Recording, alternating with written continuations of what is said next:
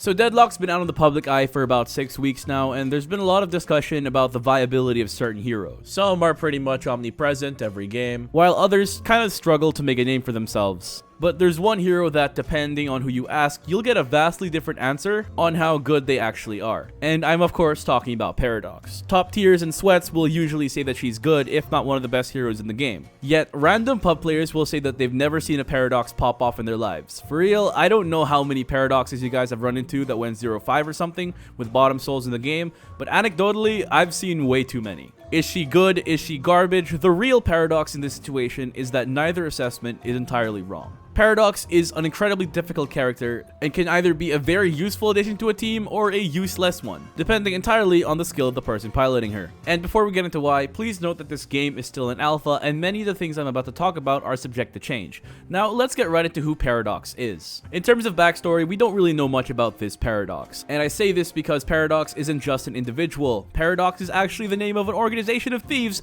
that travels across time and likes to steal priceless artifacts, seemingly for the heck of it. The Paradox that we do follow is just one member of the organization and is presented as a female. And this really just makes me question their pronouns. Is she a she? Are they a them? All I know is I want a she them tip. For design, I gotta say it. If we're rating characters based on their clothing, Paradox is easily triple S tier. This character is dripped out beyond belief, up there with Pocket. They really gave the time-based character an absolutely timeless outfit. Trench coat over a white polo, neckerchief, gray slacks, thigh-high boots, and a boutonniere to boot. I would not blame you if you pick this character based solely on how cool they look. And of course, on her back is an hourglass, which I assume is where her time powers come from. She can speed herself up, slow herself down, swap places with enemies, and freeze enemies with her carbine and more. Facing a good Paradox is like fighting an enemy that's lag switching, and speaking of lag, connection issues are no joke and can completely ruin your Deadlock experience. That's why I use GearUP Gaming Booster to ensure that lag isn't the reason I keep getting denied in lane, but because Warden's gun has garbage projectile speed even with high velocity mag.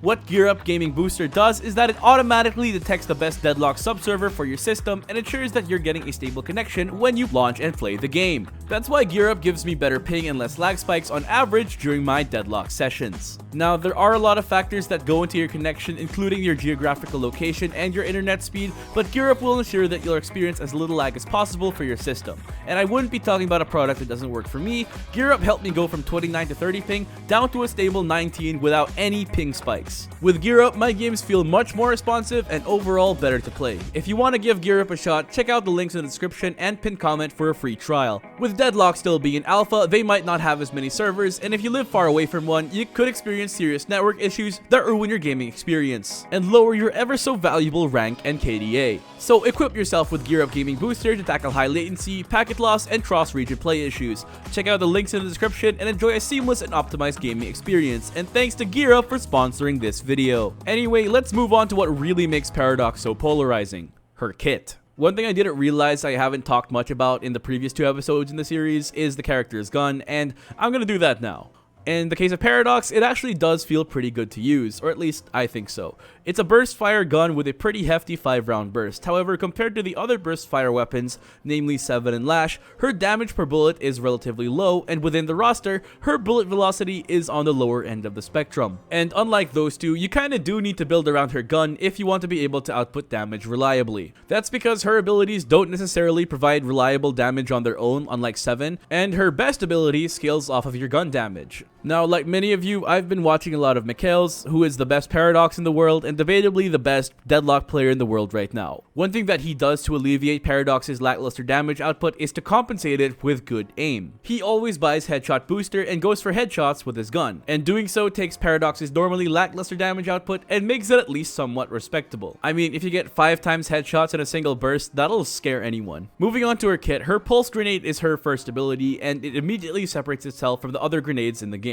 Most grenades provide instant bursts in an area with an effect after. Kelvin's grenade applies a slow while healing teammates, and Guy's grenade provides an area where enemies take damage over time. But Paradox's is different in the sense that the damage is backloaded, dealing damage in pulses rather than dealing it all up front as a burst damage bomb. Every pulse released by the nade slows enemies, damages them, and applies a debuff to enemies that increases damage taken from Paradox. At max level, it also increases the range of subsequent pulses. And if you're using it as a damage dealer healer chucking it at an enemy, you're not gonna get much value out of it. It just takes too long to deal its full burst damage, and if the enemy is smart enough to move out of the AoE, which I would hope most Deadlock players are, the slow itself isn't strong enough to keep people inside, and it doesn't gain charges, so you don't have the spam ability of something like Ivy's Kudzu. Because of this ability's backloaded damage, you cannot just chuck it willy-nilly, you have to be intentional with its usage. While it's not a very good ability on its own, it combos off really well with other abilities in the game, including those in Paradox's kit,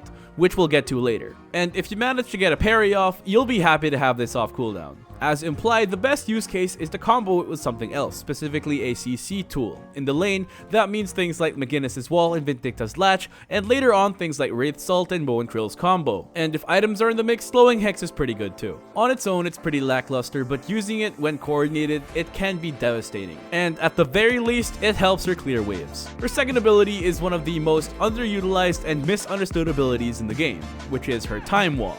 Any enemy that runs through the Time Wall takes 10% of their max health as damage, and any enemy projectile that goes through it is delayed by about a second. A lot of Paradoxes, probably the ones coming from Overwatch, will usually just use this as a pseudo Reinhardt shield, protecting themselves from incoming bullets and abilities. And while it can be used in this regard, limiting it to its defensive utility means you're not using it to its fullest potential. It is a powerful offensive tool in close combat situations because enemies can be affected multiple times per cast, meaning that an enemy can walk into the same wall multiple times and take that 10% max health damage over and over again. I've also seen high-level Paradoxes use it as pseudo cover, jiggle peeking through it to bait enemy fire and abilities, or weaving through it and forcing enemies to adjust their aim if they want to trade with her during a firefight. The wall also gets placed depending on where Paradox is looking at rather than always in front of her. This allows her to place it above her, beneath her while she's falling at an angle, or right on top of herself when looking directly at the ground when she's on foot. In addition to being a strong offensive and defensive tool, it's also useful as a deterrent and zoning tool, forcing enemies like Abrams and Shiv to think twice about getting up close. It's a very powerful utility tool that can come in handy in a lot of situations, so try to get creative with it rather than just using it as a budget shield. This ability also gets charges, so you can be a bit more reckless with it, and its final upgrade also makes it apply a silence, and any enemy that crosses through the wall also gets applied a brief slow, which really encourages you to use this offensively. And as much value as her Time Wall gives you, her best ability by far is her Carbine. It's a weird ability that causes her to charge up her next shot, and it'll deal spirit damage based on her gun damage. Additionally, it'll also apply a brief pseudo stun on an enemy, freezing them in place and making them unable to take action for a short period of time. When this ability is charged up, she gets move speed too, which is lost upon unleashing the shot, and when you're mid-air, you can zoom in to freeze yourself in place, making this ability a lot easier to land at the cost of making yourself a very easy target. It's a strong ability to be sure, especially when you factor in things like 4 slots of orange items and Mystic Burst. It scales pretty well and can deal a surprising amount of damage late game. It's a strong burst damage tool as well as a lockdown tool. The only caveat is that it's as reliable as your aim. It is technically a point and click lockdown tool, but you have to click on the enemy, and if your aim isn't particularly good, then you're probably not going to get the most value out of it. Note that charging it up creates an audio cue for the enemy, and when fired, it technically launches a shot, meaning that it will subtract 1 bullet from your mag when used. Thankfully, the charge up time syncs up with your gun's reload time, meaning that you can minimize downtime by starting your carbine charge and your reload at the same time. The move speed you get is useful in a variety of situations, whether you're roaming, running away, or engaging your enemies. More mobility is always better. And finally, her ultimate is her Paradoxical Swap. Hit an enemy with a skill shot and then damage them while swapping places. This is a tremendously powerful ability that, when used properly, i.e. when your teammates are in position to follow up, can pretty much guarantee a pick. It's also incredibly synergistic when used in conjunction with her other abilities. Seriously, in terms of how well this character synergizes with herself, she gets an A+. The most obvious combo is swapping enemies through her wall. In fact, Paradox literally says I should swap him through this when casting wall, even when her swap hasn't been leveled yet. When the wall is maxed out and you get the silence, it all but guarantees a kill even on enemies that would normally be slippery. And while the most obvious use case is to use it to catch out a squishy at maxed range, it doesn't always have to be used in this way. An interesting fact about Swap is that during it, enemies can be shot at and can be affected by other abilities, during which they are helpless and cannot take any action. This means in a point-blank fight, you can chuck your nade at an enemy's feet, set a wall down, and swap at point-blank range, causing them to take multiple pulse damages and the full wall damage, turning what would normally be a lackluster ability in her nade into one that can be devastating. And another synergy is of course with her carbine shot. You can carbine before swapping to ensure that your ult hits because it's still a skill shot, or you can carbine after the swap to help your team eliminate the poor sod you just swapped in. It feels like she was really designed to be around her swap because of how well each part of her kit synergizes with this ability. And while swap allows her to set up a kill on the enemy, it does create another problem in how the hell she's gonna get out. Assuming her carbine was used, she has no natural escape tool, and even if it wasn't used, she still has to charge it up. She does have her dashes, a slender hitbox, and an above average health gain, but it's really up to the player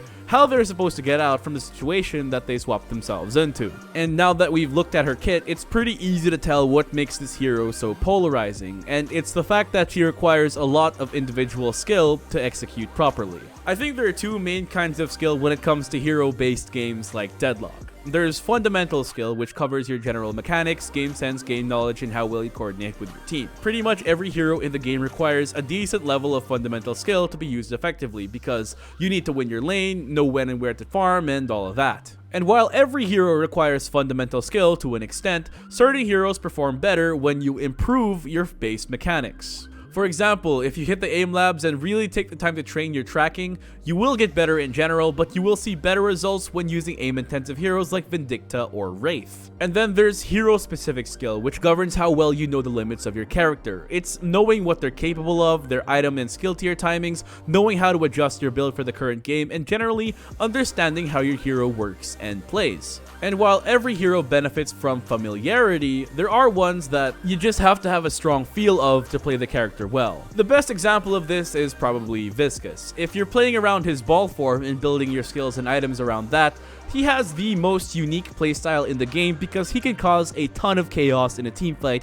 without ever shooting his gun. In that sense, Ball Viscous is perhaps the most unique hero in the game, and don't worry Goo Gang, I'll be talking about him real soon. But where does Paradox fit into all of this? Paradox is difficult because she requires a decent level of fundamental skill and Paradox-specific knowledge to be used effectively. Namely because every single one of her abilities requires either pre-planning or decent aim. You will very rarely use your nade to hit an enemy with more than a couple of pulses at most without any form of combo or setup. That's why you need to use it with your swap, your carbine, or your wall, or someone else's stun. Your wall was designed to be used in tandem with your swap, or it requires you to be in point-blank situations if you want to use it offensively. Your carbine needs to be charged up, and once it is, it has a sound cue that enemies can react to, and you need to hit your shot, which depends on how good your aim is. And speaking of aim, you need headshots to truly activate this girl's damage potential, which, while true for every character in the game, is much more needed by Paradox due to her already lackluster bullet damage.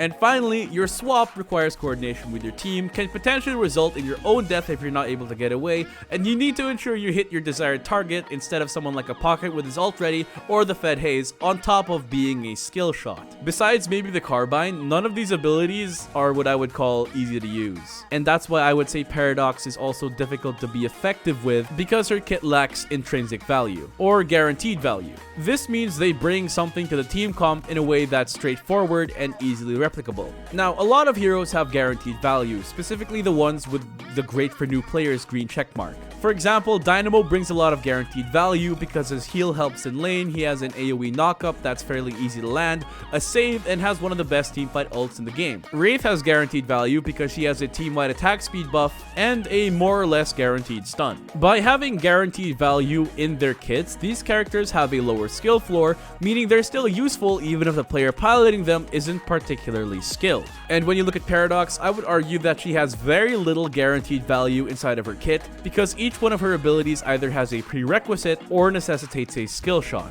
A lot of people like to compare her to Vengeful Spirit from Dota 2 because she has a long-range swap and a stun, but Venge is a point-and-click character made for crayon eaters that has value built into her kit simply by existing. Paradox is just a lot harder. She requires the player piloting her to have good aim to reliably hit her third. You also need to know the range limitation of your ultimate. You need to know when to charge your carbine, when to set up your wall, when it's safe to use your nade for farming, and on top of all of that, you need to be able to coordinate with your team to ensure that they follow up to get the kill on the feeble old man with a bow that you so graciously swapped into their midst. And to top it all off, the items that really make this character work, like Divine Barrier or Slowing Hex, are items that most low-skill pub players will ignore by virtue of them being active. Seriously, new players just cannot be bothered to use them when they're really good. But if skill isn't an issue, Paradox is actually quite powerful. The beauty of Paradox isn't that she's a one-button teamfight carry like Haze or an amazing combo starter like Dynamo, but because she offers so much utility in her kit.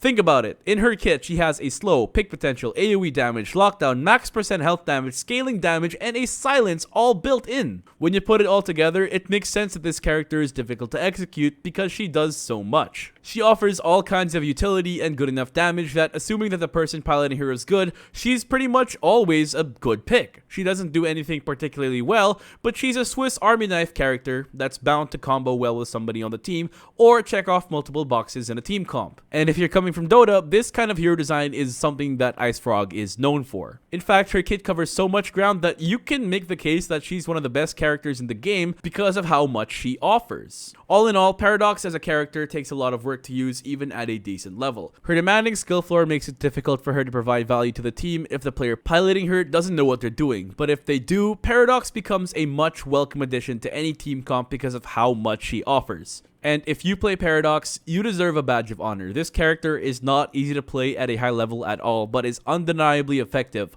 once you finally get to use her kit well. Anyway, that's it for this video. Leave a like if you enjoyed, comment your thoughts down below, sub if you haven't already, and that's all for now. Ace out.